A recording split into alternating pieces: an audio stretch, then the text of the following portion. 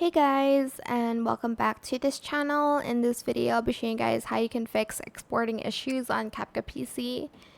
For instance, you're trying to export and your device isn't like supported by CapCut or something.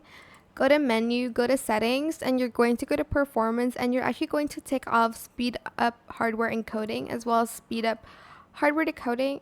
The most important one for you to disable is the first one. It says unselect to avoid exporting issues caused by incompatible drivers will take effect after the project is reopened.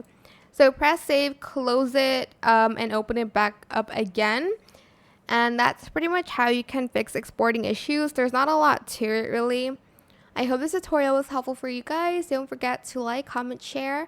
Also subscribe to this channel if you haven't done that already.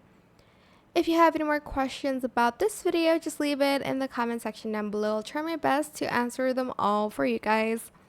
And if you found this video helpful, please click the thanks button as well. That is it for this video. Thank you so much for watching. Bye!